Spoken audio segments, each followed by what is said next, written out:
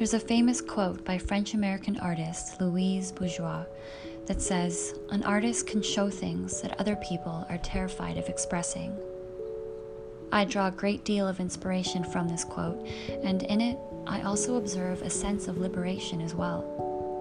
As an artist, I am motivated to approach all things with unfettered curiosity and a sensible amount of skepticism. To keep my mind untethered to any presuppositions, hosting my own thoughts and opinions, while never allowing myself to become rigid in them. When I look at my own life, I am acutely aware that it's when I have moved towards what frightens me most that I then have experienced the most growth and transformation. There are profound and potent lessons waiting for us just around the river bend of our fears, and I am continually compelled to uncover what my fears can teach me. Welcome back to Audiothentic. I'm your host, Maria Garcia, and this is your unofficial guide to being you.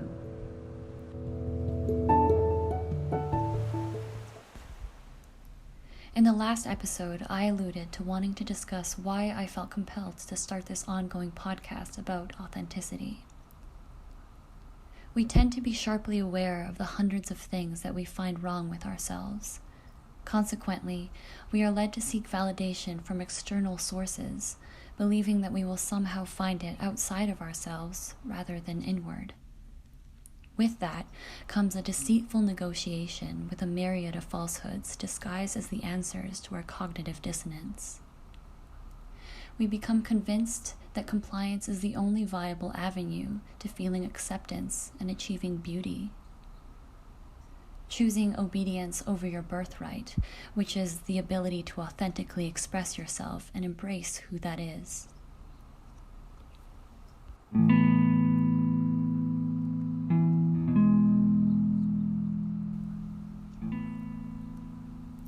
I am here to lend my voice as a conduit for collective growth and for positive change, while hopefully providing you with temporary reprieve from the chatter of the world and in our minds.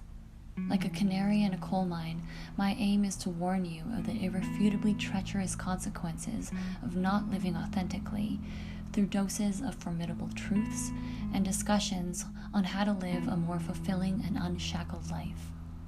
Because nothing hurts us and others more than our own inauthenticity.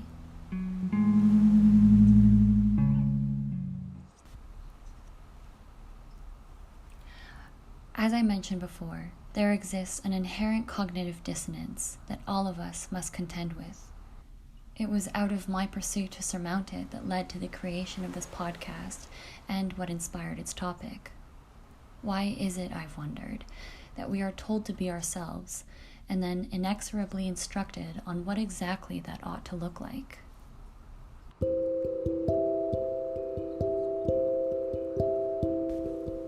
For as long as I can remember, I have grappled with this paradox, and I know that I am not alone. One thing in life that is for certain is that it is tragic in essence. With that privy to your awareness, one may even say that life by nature is a pathological scheme, although this does sound somewhat nihilistic. Simply put, something is not quite right with the world. As an existentialist, I am highly concerned with the truth and with authenticity. Some may choose to ignore making these seemingly grim acknowledgments about the world or of themselves in favor of remaining ignorant. After all, they say it's bliss, don't they?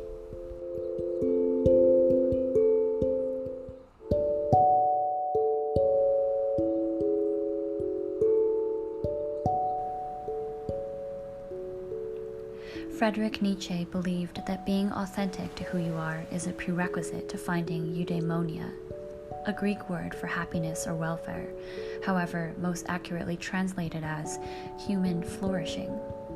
His views on authenticity were that it is the responsibility of every individual to fulfill, that individuals must play an active role in shaping their own unique beliefs, but also be capable and willing to act on those beliefs when called to. Certainly, this can become a tall order when we are confronted with a deluge of implicit and explicit pressure, commanding us to conform to industry-standardized beauty. We are told to be unique, told to follow our dreams, when in reality, we are expected to remain within the confines of the status quo.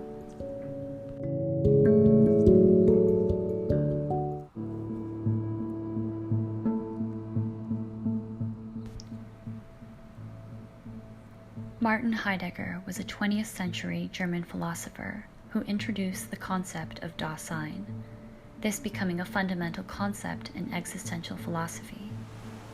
The term Dasein refers to the human experience as it is felt by the individual, the experience of being.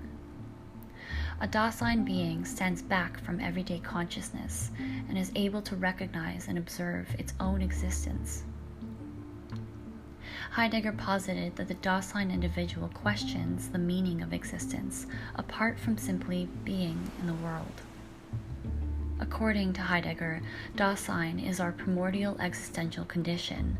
However, it requires a baseline of rationality and maturity because, in order to be Dasein, one must confront their own mortality.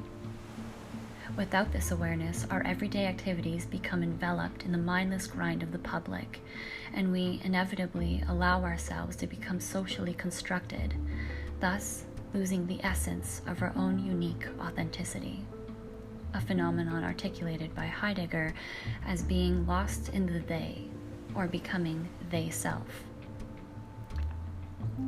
The they is a generic category used for denoting the collective consciousness. It is part of us, not something that we can easily get rid of, or necessarily should. It's always there.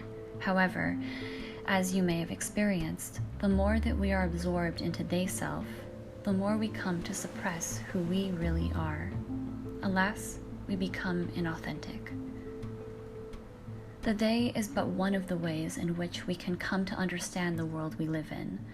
At varying degrees, we sculpt parts of our identity in the ideas in which they have provided us. We can acknowledge that there is some utility in the they.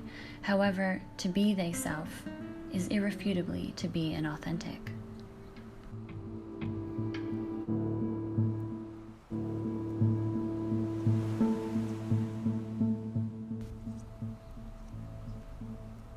Confronting our own mortality and seizing our own existence is a worthy endeavor, and it is what I have set out to accomplish using this platform.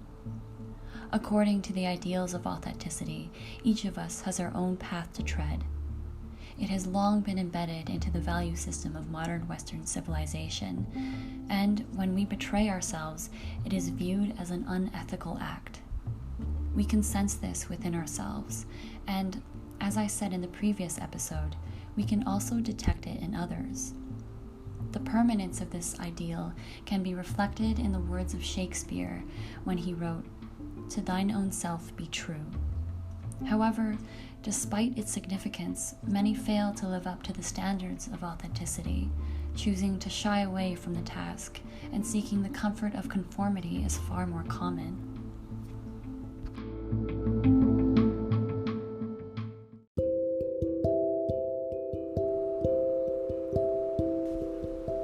Why should we try to become more authentic? Why does it matter? And what are we risking by abandoning ourselves?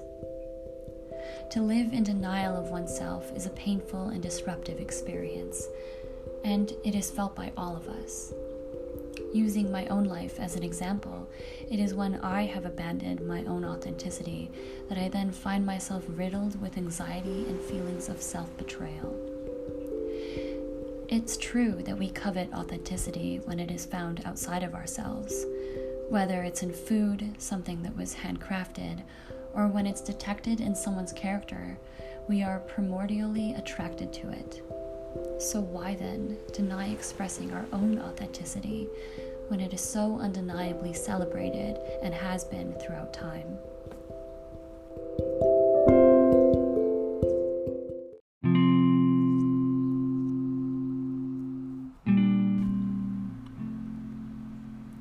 I know all too well that the fear of rejection and ridicule from others is enough to cause us to waver in our own convictions. However, I also know that the act of self-abandonment is a far more painful and isolating experience.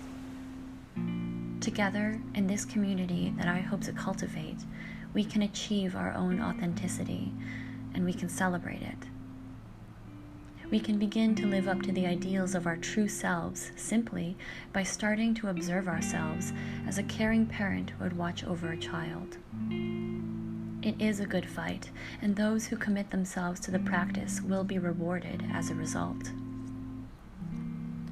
I'll leave you today with one final quote, this time from American poet E.E. Cummings, who said, "To be nobody but yourself in a world which is doing its best day and night to make you like everybody else means to fight the hardest battle in which any human being can fight and never stop fighting."